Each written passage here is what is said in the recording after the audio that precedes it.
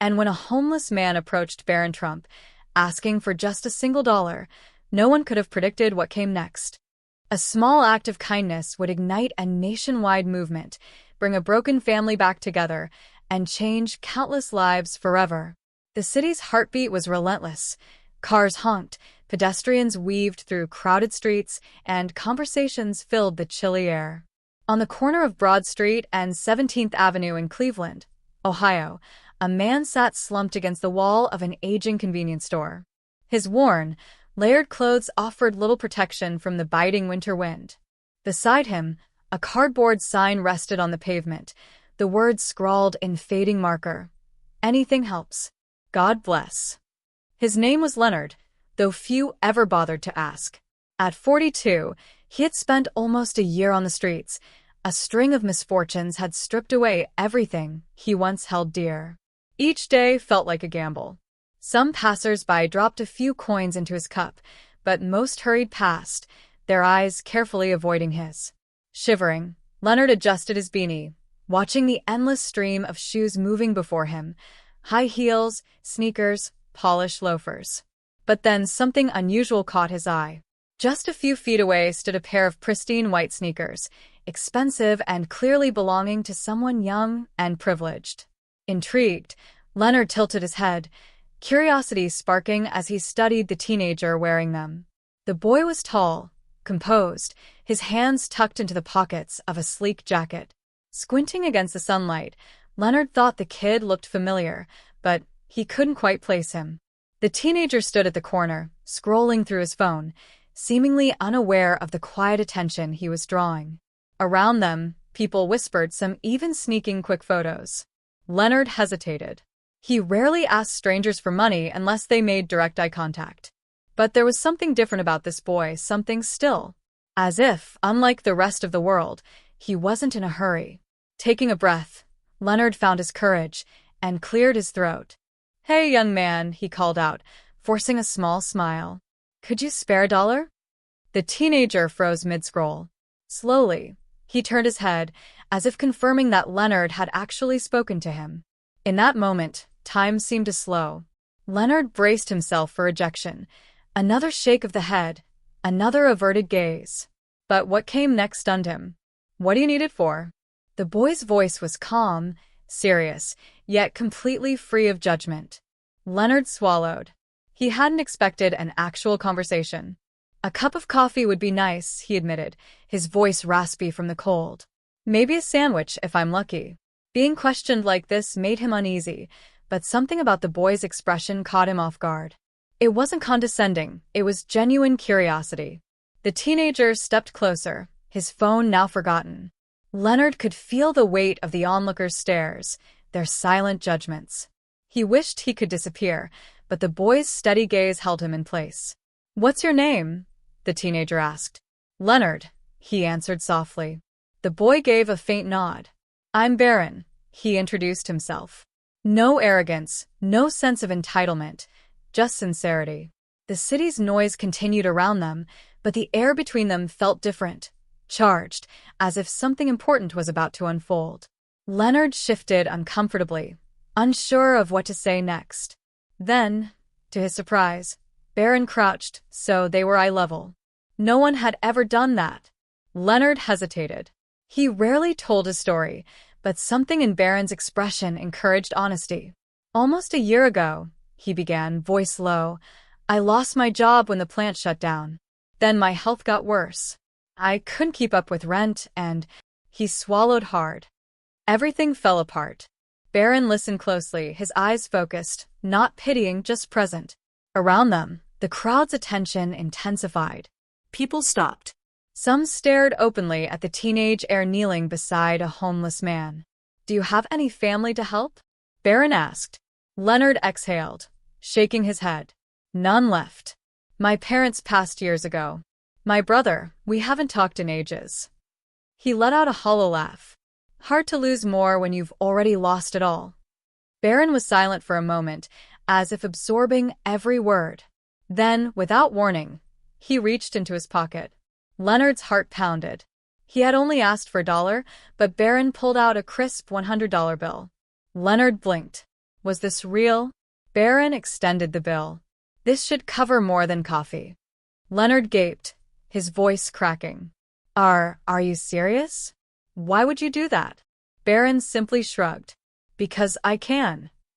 Before Leonard could fully process the moment, Barron leaned in slightly. But listen, he said softly, this isn't just about the money. I want you to promise me something. Leonard's throat felt dry. What's that? Barron's tone was steady.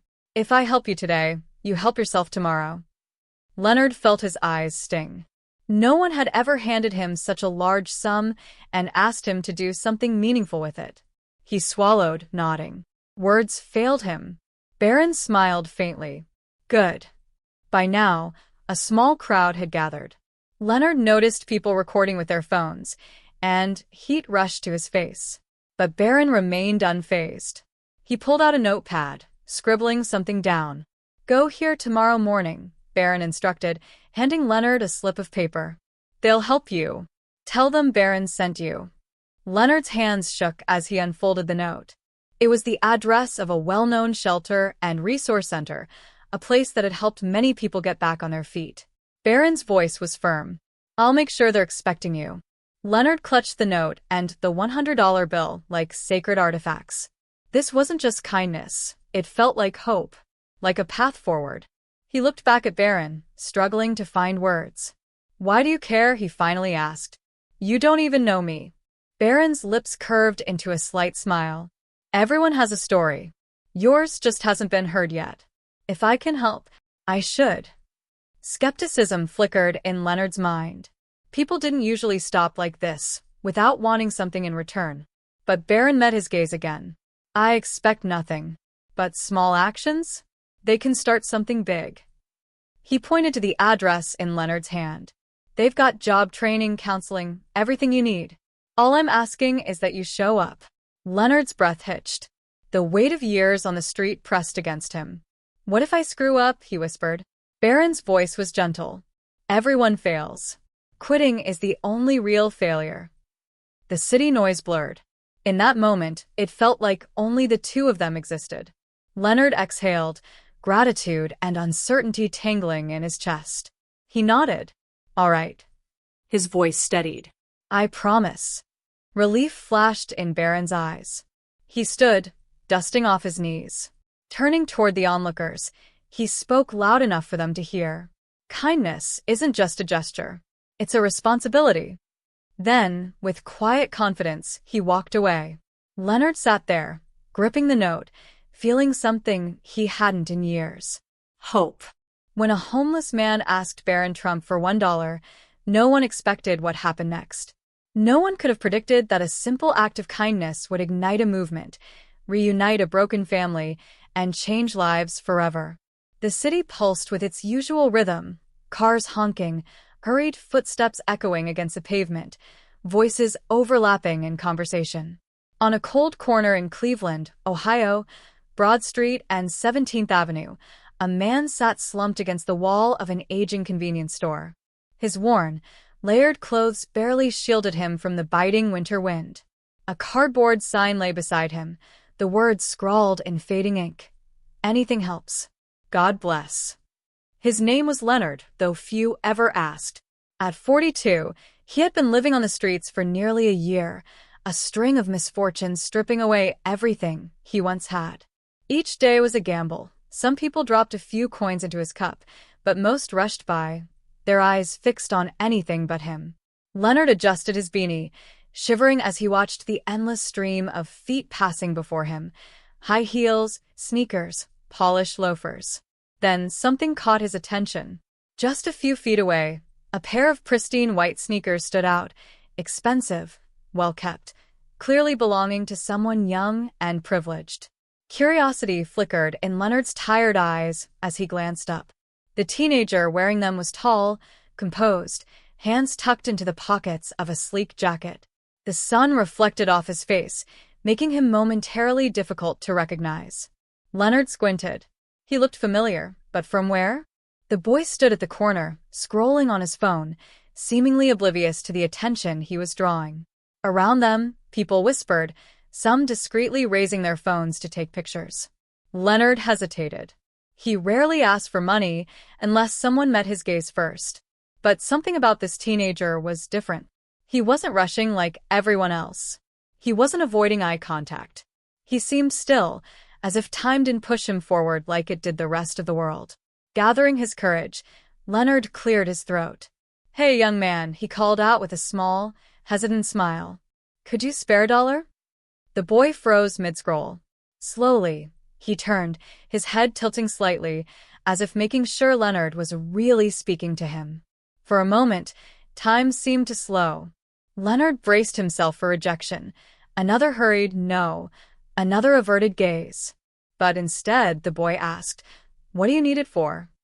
His tone wasn't cruel. There was no mockery or judgment, just calm curiosity. Leonard swallowed, caught off guard by the question. "A cup of coffee would be nice," he admitted, his voice rough from the cold. "Maybe a sandwich, if I'm lucky." The teenager took a step closer, slipping his phone into his pocket. Leonard tensed, suddenly aware of the growing crowd. Some watched with intrigue, others with skepticism. "What's your name?" the boy asked. Leonard hesitated before answering. "Leonard." The teenager nodded slightly. "I'm Barron," he said simply. No arrogance, no pretense, just sincerity. The noise of the city buzzed around them, but in that moment, something had shifted. Then, to Leonard's shock, Barron crouched down to his level. Nobody had ever done that. For the first time in a long time, Leonard found himself telling his story, not the shortened, rehearsed version he usually gave, but the truth. How he lost his job after the factory closed. How his health deteriorated. How the bills piled up until there was nowhere left to go. Barron listened. Really listened. No pity in his eyes, just quiet understanding. "Do you have family?" Barron asked. Leonard looked away. "No one left." He swallowed. "My parents passed years ago. My brother. We haven't talked in ages." A hollow laugh escaped him. Hard to lose more when you've already lost everything. For a moment, Barron was silent, as if weighing every word. Then, without hesitation, he reached into his pocket. Leonard's breath hitched. He only asked for $1. But Barron pulled out a crisp $100 bill. Leonard's hands trembled. "Are you serious?" His voice cracked. "Why would you do that?" Barron shrugged. "Because I can." Before Leonard could process the generosity, Barron leaned in slightly. "But listen," he said softly. "This isn't just about the money. I want you to promise me something." Leonard's throat felt tight. "What's that?" Barron's voice was steady. "If I help you today, you help yourself tomorrow." A lump formed in Leonard's throat. No one had ever asked him for that before. Not just to take, but to try. After a long pause, he nodded. "I promise." Barron smiled faintly. He pulled a notepad from his pocket and scribbled something down. "Go here tomorrow morning," he said, handing Leonard the note. "Tell them I sent you. They'll help." Leonard unfolded the paper. It was the address of a local shelter and resource center, one of the best in the city. He had heard of it before but never thought to go. "They've got job training, counseling, everything you need," Barron added. "All I ask is that you show up." Leonard clenched the paper in his hand, barely able to speak. Barron stood up, dusting off his knees. Around them, the small crowd murmured, cameras still rolling. But he paid them no mind. With a final nod, Barron turned and disappeared into the city, leaving Leonard standing there, holding hope in his hands. Little did either of them know that one moment would change everything.